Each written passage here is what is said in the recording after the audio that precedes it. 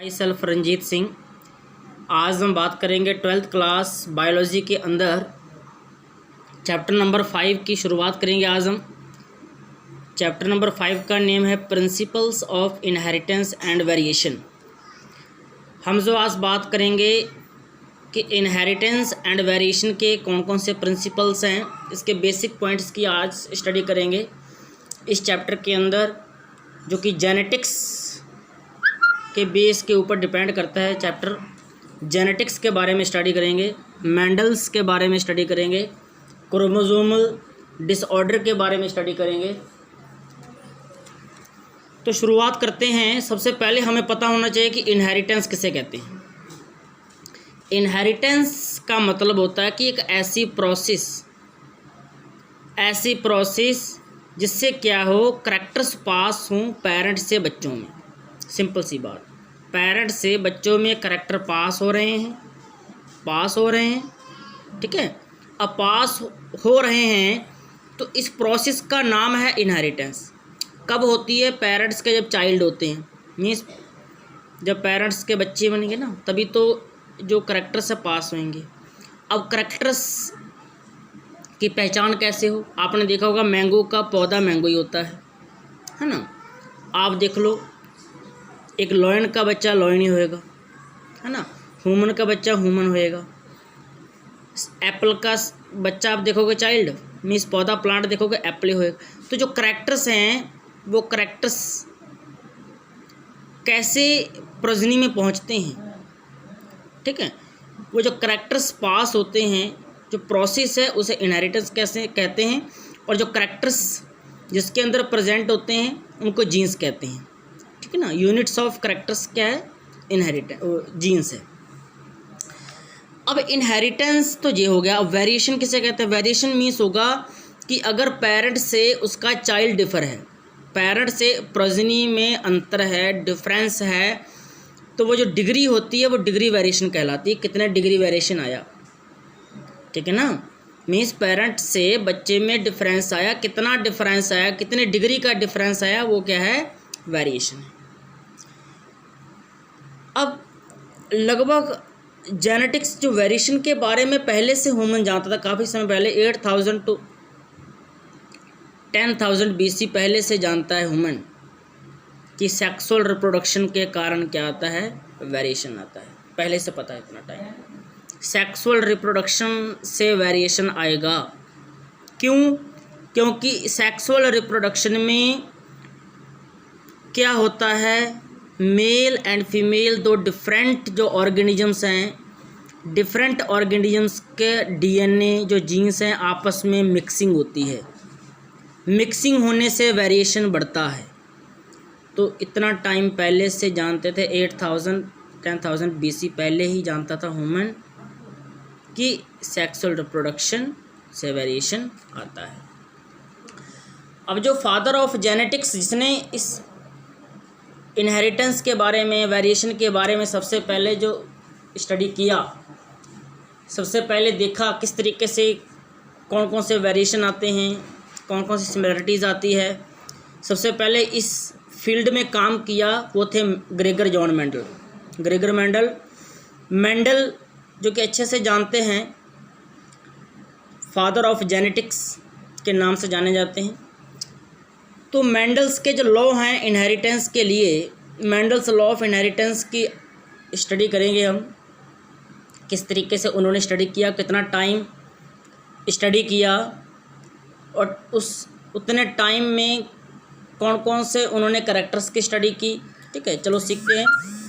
तो मेंडल्स ने क्या किया, 7 ईयर्स काम किया, 7 ईयर्स एक्सपेरिमेंट्स किए इस इनहेरिटेंस की स्टडी करने के लिए।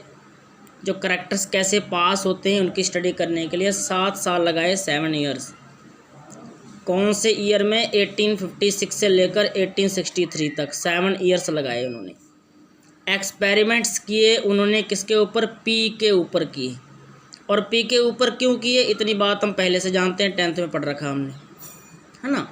क्योंकि पी में क्या होता है, पी का जो प्लांट है, एक तो बहुत सारे कॉन्ट्रास्टिंग ट्रेट मिलते हैं, मीन्स करैक्टर्स बहुत ज़्यादा मिल जाते हैं हमको देखने को लिए।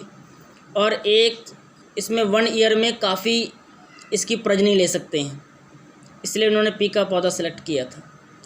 7 और 7 सालों में 7 ही कॉन्ट्रास्टिंग करैक्टर की स्टडी की। कॉन्ट्रास्टिंग करैक्टर्स किसे कहते हैं अभी आपको हम बताते हैं। कॉन्ट्रास्टिंग का मतलब होता है कि मान लो कोई एक करैक्टर है, उसकी 2 फॉर्म है। बात समझना, यहाँ पे एक करैक्टर है, उसकी 2 फॉर्म। जैसे एक करैक्टर है हाइट का, इसकी 2 फॉर्म है, एक हो गया लंबे टॉल, एक हो गया छोटे ड्वार्फ। तो 2 फॉर्म होगी एक करैक्टर की, इसे कॉन्ट्रास्टिंग कहते हैं। क्या बोलते हैं? कॉन्ट्रास्टिंग। कॉन्ट्रास्टिंग ट्रेट कह दो या करैक्टर कह दो, बात एक ही है। ट्रेट करैक्टर बात मीन्स एक ही बात है, ट्रेट कह लो या करैक्टर कह लो।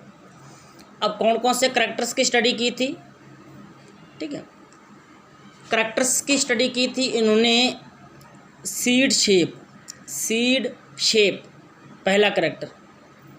इसमें जो ट्रेट थे, ट्रेट मीन्स कौन कौन से, इसमें अभी हम आपको बताएंगे जीन्स और एलेल्स के बारे में। यहाँ पे चीज़ एक समझनी हमको कि डोमिनेंट मीन्स डोमिनेंट वो थे जो कि पहली जनरेशन में जब क्रॉस करवाया, पहली जनरेशन में क्या हुआ, उन्होंने अपने आप को एक्सप्रेस किया था, तो उनको डोमिनेंट कहते हैं। आपको घबराने की ज़रूरत नहीं है, डोमिनेंट रिसेसिव के बारे में हम आपको फ्लो चार्ट की हेल्प से समझाने की कोशिश करेंगे।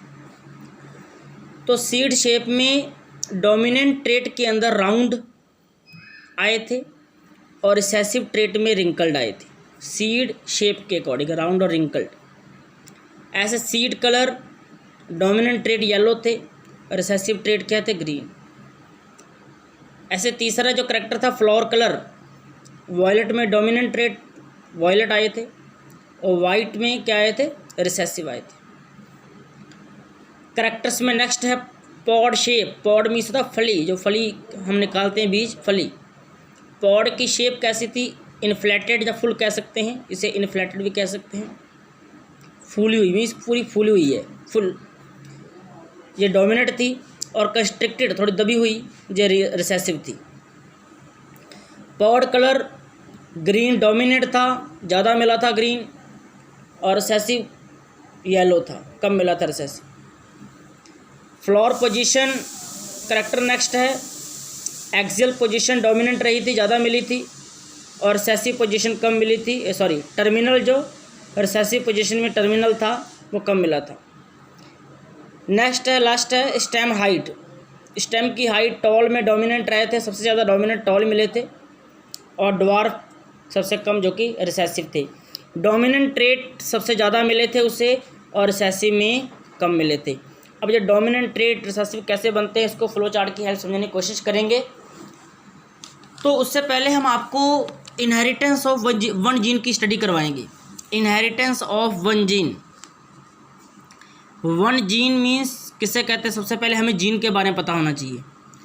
जीन क्या है? जीन एक ऐसी यूनिट है जिसके यूनिट ऑफ करैक्टर्स को क्या कहते हैं? Units of character. कोई एक करैक्टर का यूनिट है, उसको जीन्स कहते हैं। जीन्स आ गया तो यूनिट्स आ जाएगा यहाँ पे ना। Genes means units of characters. सीधी सी बात है, जीन्स एक ऐसे पार्ट है डीएनए का जिसके अंदर जो करैक्टर की इन्फॉर्मेशन स्टोर रहती है। मेंडल ने सबसे पहले जब स्टडी की, मेंडल ने सबसे पहले वन जीन इनहेरिटेंस में क्या किया? सबसे पहले उसने टॉल प्लांट लिए और ड्वार्फ प्लांट लिए। टॉल प्लांट ड्वार्फ प्लांट में क्या करवाया उसने? क्रॉस फर्टिलाइजेशन करवाया। क्रॉस फर्टिलाइजेशन, यहाँ पे बात समझनी है। क्रॉस फर्टिलाइजेशन का मीन्स होगा पॉलन ग्रेन इसके ले लेंगे, जब इसके ले लो पॉलन ग्रेन, जब मीन्स मेल फीमेल में कोई सिलेक्ट करना है इसका, और मेल फीमेल में इसका सिलेक्ट करना है। मेल और फीमेल जब उन्होंने आपस में खुद, हम जानते हैं, हमने आपको पढ़ाया था चैप्टर नंबर 2 में, इमैस्कुलेशन एंड बैगिंग, 2 ऐसी टेक्निक है। इस टेक्निक से प्लांट में हम क्रॉस फर्टिलाइजेशन करवा सकते हैं। तो यही टेक्निक मेंडल ने यूज़ की थी। यहाँ पर क्या किया मेंडल ने? टॉल प्लांट और ड्वार्फ प्लांट का क्रॉस करवाया। इस प्रोसेस को हाइब्रिडाइजेशन कहते हैं, क्योंकि हाइब्रिड बनेगा यहाँ पर भी। तो हाइब्रिडाइजेशन प्रोसेस हुई। जब क्रॉस फर्टिलाइजेशन हुआ तो क्या हुआ? पहली जो जनरेशन आई, सारे पौधे कैसे आए? लंबे आए, टॉल आए। मेंडल ने इसको F1 जनरेशन बोला जब फीलियल 1 जनरेशन बोला। फीलियल 1 कह सकते हैं, F और F का मतलब होता है फीलियल। F1 जनरेशन कह लो जब फीलियल 1 जनरेशन कह लो, बात एक ही है। तो F1 जनरेशन में क्या हुआ, टॉल प्लांट आए सारे। मेंडल ने क्या किया, इन पौधों को अपने आप फर्टिलाइजेशन होने दिया, मीन्स इनके साथ छेड़छाड़ कुछ नहीं की, इनका सेल्फ क्रॉस हुआ, अपने आप किया नेचुरल तरीके से। तो क्या देखा, इनके आगे जो आने वाले बच्चे हैं उसमें क्या हुआ, टॉल एंड ड्वार्फ दोनों पौधे मिले। टॉल एंड ड्वार्फ दोनों पौधे मिले मीन्स टॉल प्लांट ज़्यादा मिले और ड्वार्फ प्लांट कम मिले। इनका रेशियो क्या था, इनका रेशियो मिला था 3:1। 3 में टॉल मिले थे, ड्वार्फ में 1 मिले थे, मीन्स 3/4 टॉल 1/4 क्या मिले थे, ड्वार्फ मिले थे। मीन्स 100% में से अगर हम 100% की बात करें, 100% में 3/4 निकालो, 75% टॉल एंड 25% क्या हो जाएगा, ड्वार्फ हो जाएगा।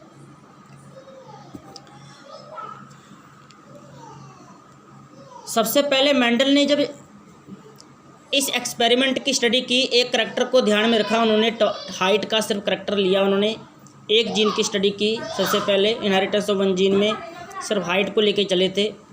जब इस क्रॉस को करवाया मेंडल ने तो उन्होंने क्या दिखा, उन्होंने क्या बताया कि कुछ ऐसी चीज़ है, समथिंग है जो कि पेरेंट से बच्चों में जा रही है।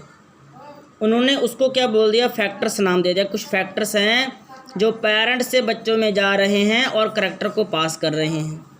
बाद में उसको किस नाम से जाना गया, जीन्स के नाम से जाना गया। और जीन्स का मैंने आपको बता दिया किसे कहते हैं, units of inheritance. Units of inheritance को क्या कहते हैं, जीन्स। जब करैक्टर्स की यूनिट्स है जो, उसको जीन्स कहते हैं। मीन्स अभी हम अब आगे जाके चैप्टर्स में आप स्टडी करोगे कि मैं थोड़ा चलो इस यहाँ पर बताने की कोशिश करूँगा कि मान लो जैसे आपने डीएनए का एक स्ट्रक्चर देखा होगा, डीएनए का स्ट्रैंड होता है, ठीक है। बाकी अगले चैप्टर में आप स्टडी करोगे डीएनए के इस तरीके से स्ट्रैंड होते हैं, 5' to 3', 3' to 5', इस तरीके से 2 स्ट्रैंड होते हैं, एंटी पैरेलल होते हैं एक दूसरे से। इसके अंदर कुछ बेसेस जहाँ पे जुड़े रहते हैं, नाइट्रोजन बेसेस होते हैं। तो मीन्स मैं ज़्यादा डिटेल में यहाँ पर नहीं जाऊँगा, बस आपको थोड़ा सा बताने की ये कोशिश करूँगा कि डीएनए के कुछ ऐसे सेगमेंट होते हैं जो कि फंक्शनल रहते हैं, आगे जाके करैक्टर को शो करते हैं, उसको जीन्स बोला जाता है। बस इतनी बात बताऊँगा, बाकी हम नेक्स्ट चैप्टर में स्टडी करेंगे डिटेल में। मीन्स ऐसा सेगमेंट है डीएनए का जो कि फंक्शनल है, जो कि करैक्टर को बनाता है, उसे जीन्स कहते हैं, ठीक है। तो जीन्स के नाम से हम जानते हैं, मीन्स यूनिट्स ऑफ इनहेरिटेंस है, वो इनहेरिटेंस है जो करैक्टर्स को पास करते हैं, जीन्स ही पास करते हैं, कहने का मतलब ये है। अब यहाँ पे एक बात समझनी है कि कोई ऐसे जीन्स भी होते हैं जो कि पेयर ऑफ कॉन्ट्रास्टिंग करैक्टर्स को या ट्रेट्स को अपने पास रखते हैं। मीन्स कहने का मतलब है कि एक करैक्टर की 2 फॉर्म होंगी यहाँ पर, और उसको कोई एक जीन रिप्रेजेंट कर रहा है। अब जीन एक है, वो जीन रिप्रेजेंट कर रहा है 2 फॉर्म। मान लो हाइट का कोई जीन है, मैं एग्जांपल दे के समझाने की कोशिश करूँगा। हाइट का कोई जीन है, इसकी 2 फॉर्म सामने आ रही हैं, एक तो लंबा टॉलनेस आ रही है, दूसरी कौन सी आ रही है, ड्वार्फनेस आ रही है। तो ऐसी कंडीशन को क्या बोलते हैं, एलल्स बोलते हैं। मीन्स ऐसे genes which code for a pair of contrasting traits called alleles. जो एनसीईआरटी की लाइन है, बड़े ध्यान से समझनी हमको। Genes which code for a pair of contrasting traits called alleles. सीधी सी बात है, ऐसे जीन्स जो कि पेयर का मतलब जोड़ा, अ पेयर ऑफ कॉन्ट्रास्टिंग ट्रेट को रखता है, अपने पास कोड करता है, उसे क्या बोलते हैं, एलल्स बोलते हैं। मेंडल ने फ्लो चार्ट की हेल्प से समझाने की कोशिश की। मेंडल ने क्या किया, उन्होंने कहा कि अगर अल्फ़ाबेट से हम अगर कैपिटल टी को टॉलनेस के लिए ले लें तो पेयर में होंगे, पेयर में मीन्स कैपिटल टी लेना पड़ेगा। इसकी दूसरी अल्टरनेटिव फॉर्म स्मॉल टी ले लें ड्वार्फ के लिए तो स्मॉल टी हो जाएगा, पेयर में होते हैं ना। तो इन्होंने फ्लो चार्ट की हेल्प से समझाने की कोशिश की मेंडल ने। यहाँ पर उन्होंने कहा पेरेंट जो टॉल है उसका मानो कि ये टी 2 हैं, होमोजाइगस कंडीशन बोला, मीन सेम कैपिटल टी और कैपिटल टी दोनों सेम है ना, उन्होंने होमोजाइगस एलल्स बोला इनको, होमोजाइगस एलल्स। यहाँ पे स्मॉल टी टी ये भी सेम है, जो ड्वार्फ के लिए था इनको भी होमोजाइगस एलल्स बोला। तो उन्होंने यहाँ पे एक फ्लो चार्ट की हेल्प से समझाने की कोशिश किया है। मीन्स कैपिटल टी टी और स्मॉल टी टी क्या है, पेरेंट्स हैं।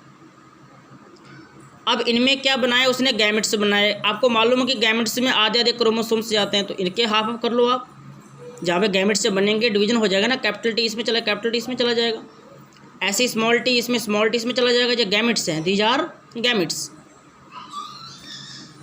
अब गैमेट्स का बेटा आपस में क्या होता है, फ्यूजन होता है, इतनी बात हम जानते हैं भाई। हम तो ये सेक्सुअल रिप्रोडक्शन करवा रहे हैं ना सर हम, तो गैमेट्स में फ्यूजन होगा, यहाँ पे फर्टिलाइजेशन होगा, है ना, कहने का मतलब है।